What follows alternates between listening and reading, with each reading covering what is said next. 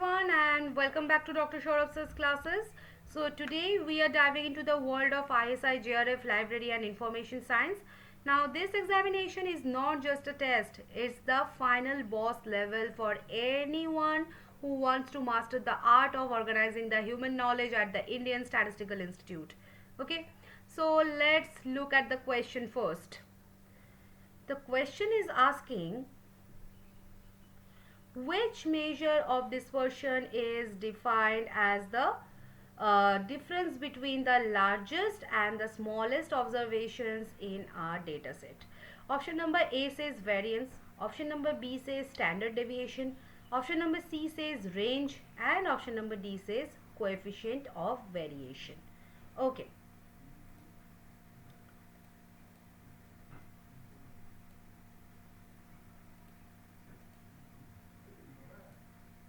So,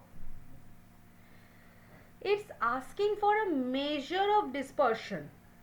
That just means what? How messy is your data? If I have a library where every book is exactly 200 pages, the dispersion is 0. It's perfect. Now, it's boring also. But if I have a pamphlet that is 1 page long and a law encyclopedia that has 10,000 pages long, that's a lot of spread, right? Now, why do we care about the dispersion in a library? Imagine you are designing the shelves. Now, if you only look at the average height of the books, half of your books won't fit and the other half will look like they are living in a cathedral. So, you need to know the spread to survive. Okay, so look at our option first. Option number A, that is variance. Now this guy is complicated. He takes every number, subtracts the mean and squares it. He's got like too much baggage and he is not just a simple difference. Okay, now the option number B, that is the standard deviation. And this is variance more popular sibling. Okay, she is the square root of the mess. Still, she requires a calculator and a prayer to solve. Okay, too much work for a simple difference. Now option number D, that is coefficient of variation. Coefficient of variation. What's this? This is a percentage. It's a ratio. It's basically the standard deviation trying to be fancy by comparing itself to the mean. Okay. So, now the option number C, that is the range. Now the range is the simplest, most brute force way to measure the spread. Range is what? Range is basically x max minus x mean. Okay, so if the oldest person in this room is 25 and the youngest is 19, the range is 6. It does not care about the people in the middle.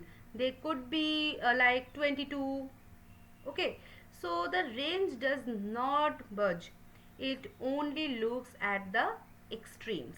Okay, now while the range is easy to calculate, it's a bit of a drama queen. So it's highly sensitive to our outliers. So if a 100-year-old ghost joins our class, the range suddenly jumps from 6 to 81. Okay, and one weirdo ruins the whole statistic. And that's why we usually use the standard deviation for the serious work. But for a quick vibe check of your data, range is the king. Okay, so the correct answer for this question will be our option number C, range. Okay, now remember, in the ISI JRF, they want you to see if you understand the fundamentals. Dispersion is not just a fancy word, it's the heartbeat of your data, you can say. If you can't tell the difference between the smallest and the largest, you are going to have a very hard time organizing a bookshelf or a database. Okay, now go forth, calculate the range of your snacks and range of your grades and the range of your motivation levels also. Okay, so if I talk about the range, the definition is what? Max minus minimum.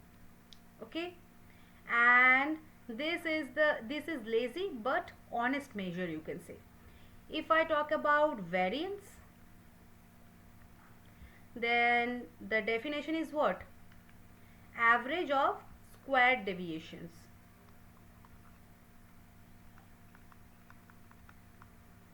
Okay, and the one that makes you do the homework. Okay, if I talk about the standard deviation,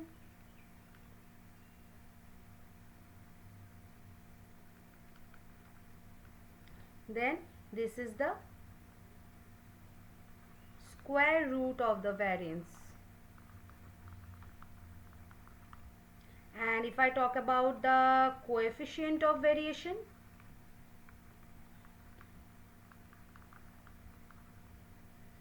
so this is the standard deviation by mean into 100. Okay, so this is the whole logic behind this question. So see you in the next session with a new question of ISI JRF Library and Information Science. Bye bye.